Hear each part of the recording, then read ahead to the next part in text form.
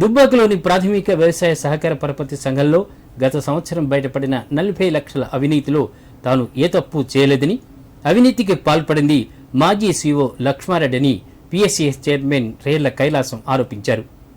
తాను అవినీతి చేసినట్లు ఉంటే ఆధారాలతో నిరూపించాలని డిమాండ్ చేశారు. ఆ తర్వాత ఏ శిక్ష విధించినా సరేనన్నారు.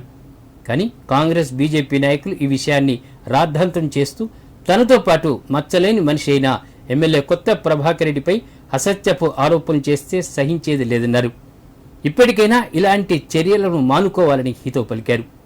సిద్దిపేట జిల్లా దుబ్బాక పిఎస్సిఎస్ కార్యాలయంలో పిఎస్సిఎస్ చైర్మన్ డైరెక్టర్లతో కలిసి మీడియా సమావేశం నిర్వహించి మాట్లాడారు. 3/2024 పాలకవర్గం మీటింగ్ ఏర్పాటు చేసుకొని దానికి సంబంధించిన స్టాక్ వెరిఫికేషన్ ఆఫీసర్లు మంత్లీ బ్యాంకు ఆఫీసర్స్ వెరిఫికేషన్ చేయాల్సి ఉంటుంది.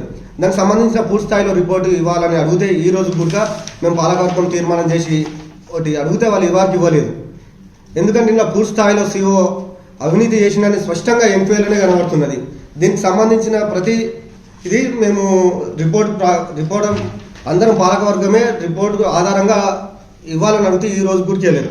అది ఓను మళ్ళా తర్వాత కూడా వాళ్ళు సంజాయిషి ఇవ్వాలని నోటీస్ ఇస్తే మేము గతంలో సయానా నేనే డీసీఓ ఆఫీస్కు అటెండ్ అయ్యి 2/9 నాడు మేము కొన్ని మళ్ళా సమస్యలు కొన్ని ప్రశ్నలు లేవనెత్తినాం.